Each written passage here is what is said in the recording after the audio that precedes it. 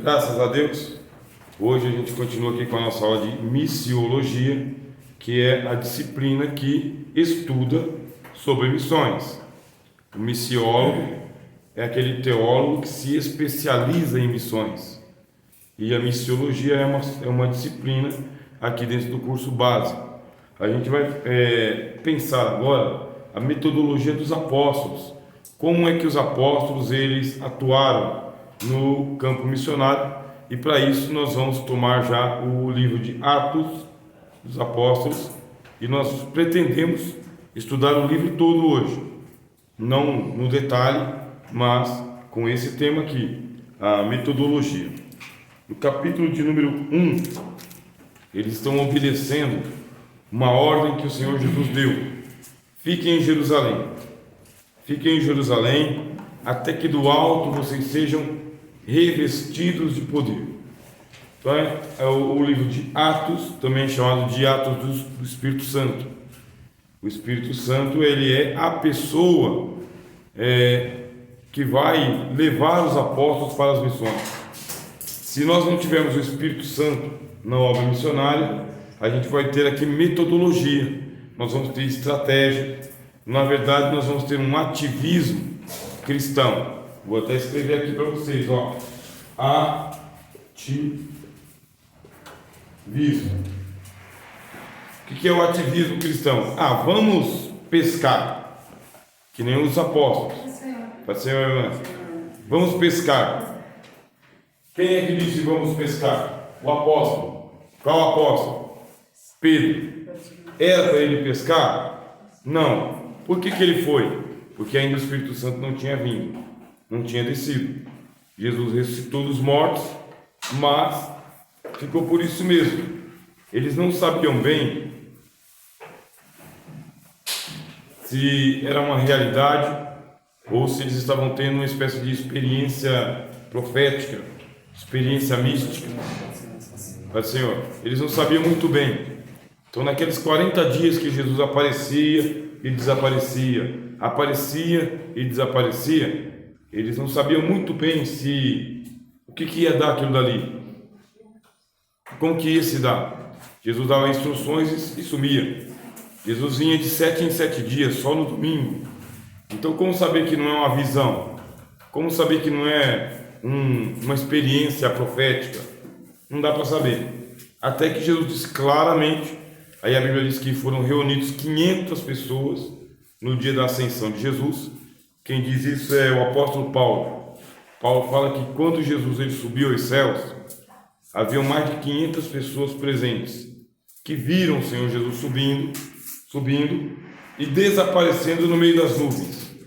Agora sim, com esta ordem em mãos, eles têm que esperar vir o Espírito Santo. Antes de esperar vir o Espírito Santo, o que disse o apóstolo Pedro? Vamos pescar. E junto com ele mais 6 apóstolos. E é o que eles fizeram. Ativismo religioso, ativismo cristão, nada mais que isso. Nós temos uma missão, nós temos uma obra, qualquer obra que a gente vai fazer. Se nós não tivermos o Espírito Santo em nós, é apenas um ativismo religioso. E não tenha dúvida, é só uma atividade a mais, é só uma ação a mais, é só um culto a mais, é só mais uma reunião. Ponto. É um ativismo.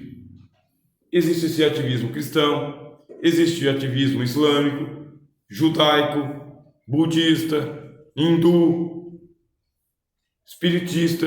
É ativismo, porque não tem o Espírito Santo. Quando é que vai acontecer a evangelização, a obra missionária? É com a presença do Espírito Santo. E sem o Espírito Santo não há obra missionária. Não há. E a gente se engana. A gente se engana pensando que nós estamos fazendo missões sem que o Espírito Santo tenha nos direcionado. Mesmo tendo o Espírito Santo morando em nós, a obra missionária ela toma como partida a presença do Espírito Santo. Foi o que Jesus disse: fiquem em Jerusalém, vocês ainda não estão revestidos de poder. Se vocês lerem o Evangelho de João, nós vamos abrir agora o capítulo de número 20.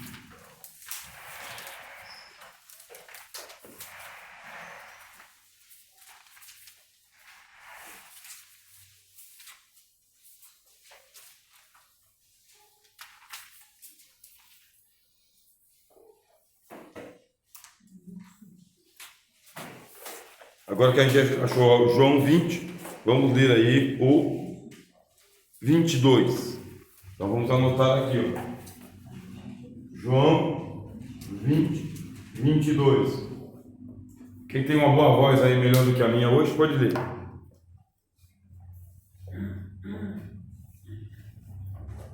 E havendo dito isso, assoprou sobre eles e disse-lhes: Recebei o Espírito Santo.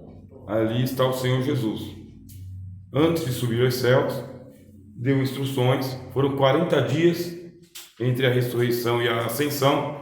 E nesses 40 dias, quando Jesus está subindo, ele fala, assopra sobre eles e lhes diz: recebei o Espírito Santo. Ponto. Revestir, estão recebendo. Mas não tem só esta ordem, tem a outra ordem, porque eu posso ter o Espírito Santo, mas eu posso não ter sido revestido.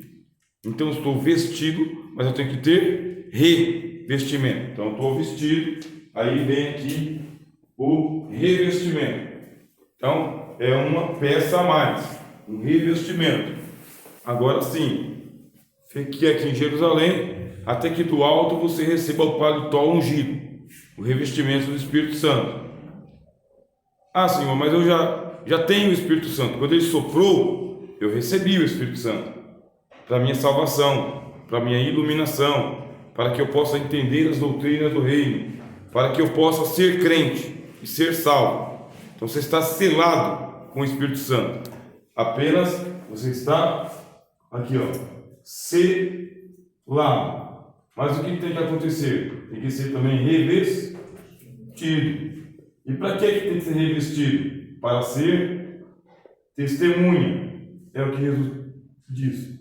Vamos ler esse texto aqui em Atos dos Apóstolos.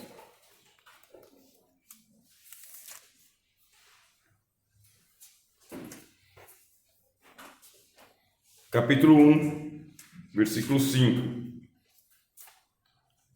Porque, na verdade, João batizou com água, mas vós seis batizados com o Espírito Santo, não muito depois desses dias. Aqueles, pois, que haviam reunidos, perguntaram-lhe, dizendo, Senhor, restaurarás tu nesse tempo o reino de Israel? Disse-lhes, não vos pertence saber os tempos e as estações que o Pai estabeleceu pelo seu próprio poder, mas recebereis a virtude do Espírito Santo, que há de vir sobre vós, e ser-me-eis testemunhas, tanto em Jerusalém, como em toda a Judeia e Samaria, até os confins da terra. Precisa ser revestido de poder, ficar em Jerusalém até do alto ser revestido de poder, para ser testemunha. Significa o seguinte, irmãos, se a nossa igreja hoje não se mobilizar para fazer missões, o testemunho é interno. Recebeu o Espírito Santo, vai ter alegria, vai ter salvação, está selado com o Espírito Santo. Mas há uma obra a ser feita com os pecadores. E a gente tem muita vontade de ganhar o mundo para Jesus. A gente tem muita vontade de ganhar os parentes para Jesus, os amigos e os inimigos para Jesus. Muita vontade. Mas não basta essa vontade. Não basta. Precisa de um revestimento dele para que isso aconteça, porque o mundo é hostil. As pessoas, elas têm demônios. As pessoas, elas têm demônios. Tem demônio que ele é espalhafatoso, ele se manifesta, mas tem demônio não, que ele é encalacrado. Tem um demônio chamado capa preta. Não sei se alguém aqui já foi do espiritismo. Já foi? Então tem um demônio chamado capa preta. Esse demônio capa preta é um exemplo que eu vou dar para vocês, tá? Esse demônio capa preta aqui, ele é um intelectual. Ele é um intelectual. Ele é uma entidade que ele serve como encosto em pessoas intelectuais. Ele dá brilhantismo intelectual para o seu cavalo, para a pessoa em quem ele encosta. Ele é chamado de capa preta, por quê? Porque ele usa uma capa preta e também ele usa uma espécie de chapéu na cabeça que esconde ele. Então o que acontece? Ele não pode ser visto aqui no claro, tá bem? É uma espécie de capa de invisibilidade, mas ele pode ser visto no escuro. Então no escuro ele pode ser visto, não por todo mundo. Então, pessoas que veem esse capa preta, ele está usando uma capa preta mesmo. E vê o vulto dele passando. Vulto. Você não consegue chegar e dizer assim, ó, demônio da capa preta, eu mando que você vá embora agora. Porque é difícil discernir ele.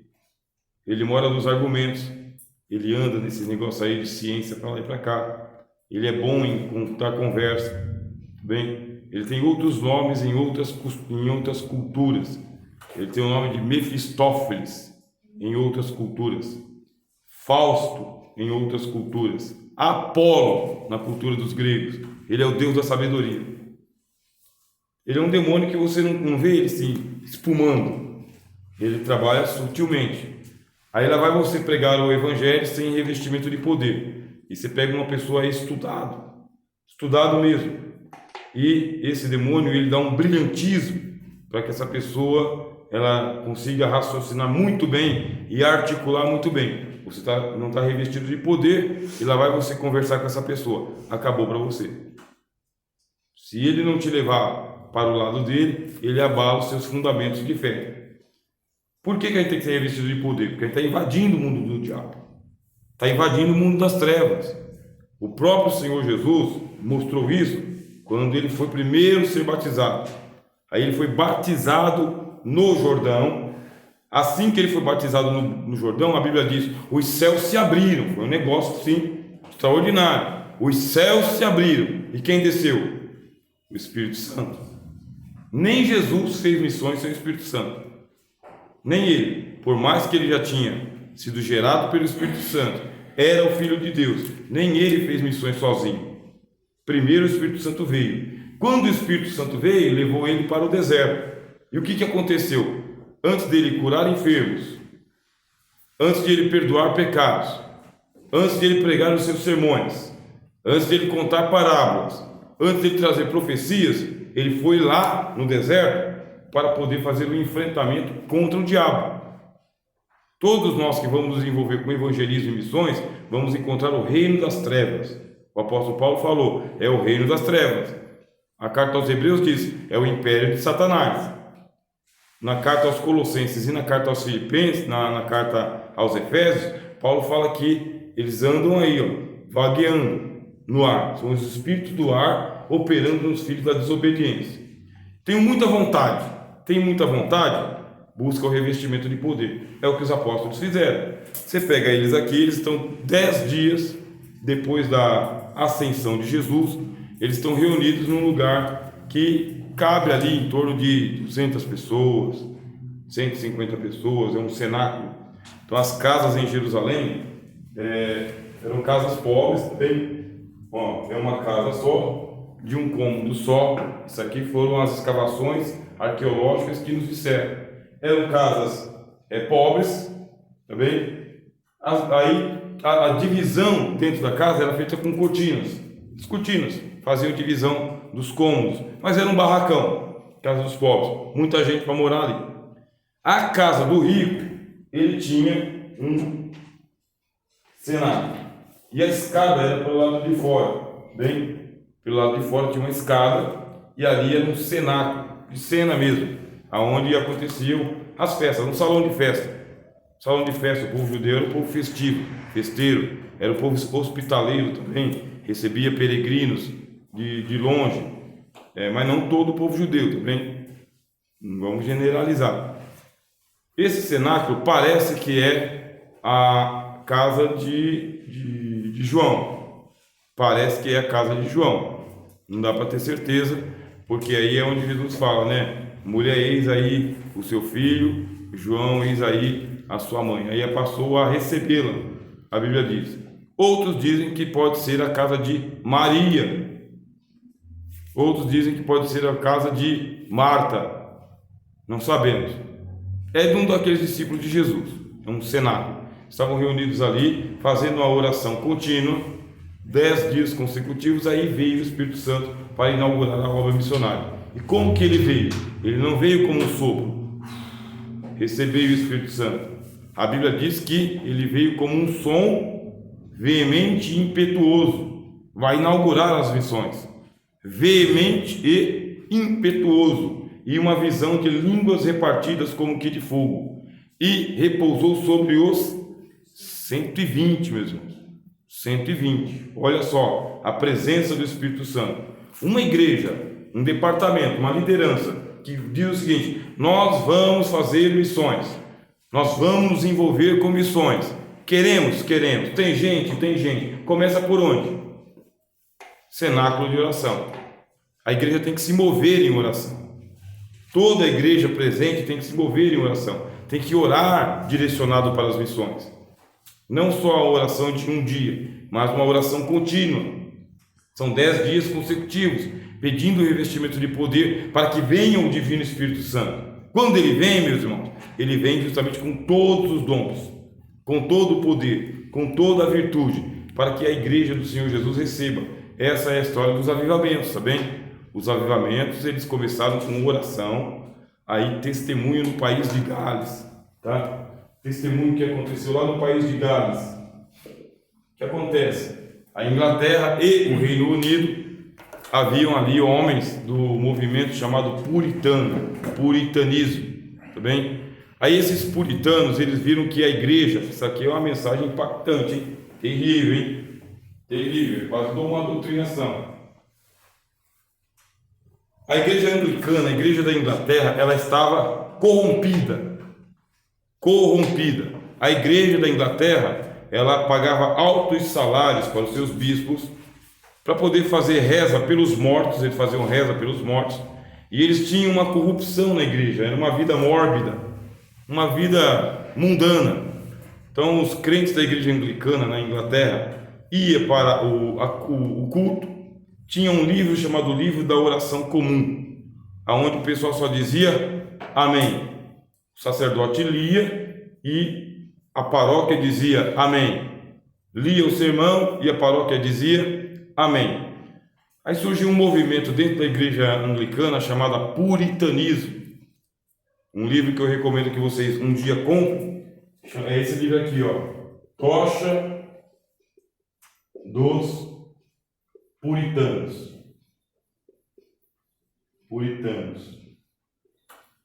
Quem são os puritanos? Ao invés de eles ficarem ali com o livro de orações, o ritual, eles pegaram e eles se tornaram evangélicos. Começaram a estudar a Bíblia. E estudar muito a Bíblia. Na hora de pregar, queriam pregar só a Bíblia, não aquele sermão florido. Só a Bíblia. E as orações espontâneas, orações direcionadas a Deus. E esse movimento do puritanismo, ele veio trazendo purificação para a igreja, purificação para os ministros, purificação para a membresia. Na hora de se comparar, o pessoal se comparava com os puritanos. Aí pronto, meus irmãos, a imoralidade começou a ser denunciada, porque a gente quer fazer missões, e a gente é uma igreja, mas a igreja tem que se colocar em oração, e a igreja tem que pregar a Bíblia. Não pode ficar pregando lendas cristãs, lendas evangélicas, lendas da internet. Não pode. E vai acontecer um movimento na igreja que a gente chama de consagração, santificação. É um chamamento do Espírito Santo para a obra missionária. Qualquer igreja chamada para missões vai receber um toque do Espírito Santo, meus irmãos. E ele vem com santidade. Ele tem que santificar esse povo. Ele tem que santificar o púlpito. Ele tem que santificar as lideranças. Ele tem que santificar os professores. Ele tem que santificar quem já está aqui dentro. E essa obra de santificação, ela não é uma coisa mecânica, não é uma coisa automática. Ele dá uma consciência do pecado, hein? Ele cria, deixa eu apagar aqui, né? Senão a gente não consegue escrever. Ele dá uma consciência. O Espírito Santo que cria, tá vendo? Ele cria uma consciência do pecado. Não tem jeito. Se o Espírito Santo está presente, se tem uma doutrina que ele vai tocar nessa doutrina, chama-se armatiologia, doutrina do pecado. Porque eu vou me arrepender do meu pecado quando o meu pecado for denunciado. O pecado tem que ser denunciado, mas não é uma delação premiada. Vou entregar o irmão que está em pecado para ver se eu ganho status como professor. Não é isso. Consciência do pecado é que o próprio Espírito Santo ele começa a convencer o mundo do quê? Do pecado, da justiça e do juízo. Aí você fala, mas ele convence a igreja? Se o crente está no mundo, o mundo está na igreja. Entenderam a lógica? O crente está no mundo, mundanizado, leva uma vida mundana, é um crente mundano, portanto, e o crente está na igreja, o mundo está onde? Na igreja. O que faz o Espírito Santo?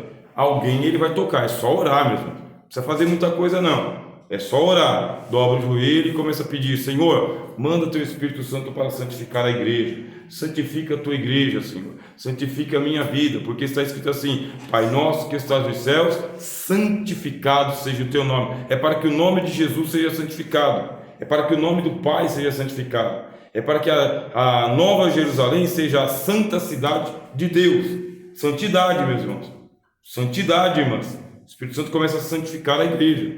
Ele vai santificando, aí ele vai começando a dizer o seguinte: o texto é esse, o texto é esse. Aí lá vem os pregadores. Não é um ou outro não, hein? Começa os pregadores, ó. Malhar trigo no lagar. Você vai percebendo que a pregação da segunda, da terça, da quarta, da quinta, do círculo de orações, da escola dominical, do domingo, da Santa Ceia, do rádio, da televisão, tudo chamando você para sair do mundo. Está escrito: povo meu, sai dela, para não seres condenado com seus pecados. Sai da onde? Da igreja? Sai da onde? Da onde? Da Babilônia. Sai da Babilônia, povo meu. Sai da Babilônia, da falsa igreja, da falsa moralidade. Sai do pecado, abandona esse negócio, purifica a tua vida, conserta o teu caminho. E daqui a pouco o Espírito Santo começa a falar claramente com você. Claramente, porque aí começa a chamar crente a crente para a santificação. Ele cria uma consciência de pecado, e essa consciência de pecado aqui ela vai produzir o avivamento que é necessário. O avivamento tem que ser necessário, porque senão a gente não consegue fazer missões. E se ele criou a consciência do pecado, ele produz o arrependimento.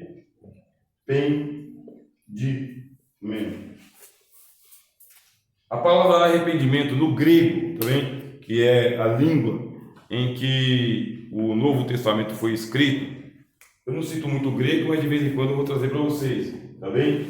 É essa palavra aqui, ó, metanoia. Então, metanoia significa que ele começa a atravessar a sua mente. Ele fica assim na sua mente, ó. Arrependimento é isso aqui, ó, pendendo para lá e para cá. Isso aqui é arrependimento, tá? É um pêndulo. Você fica balançado. É assim que você fica quando você está arrependido. Fica balançado entre o que você fez e que não deveria ter feito, e o que não fez e deveria ter feito.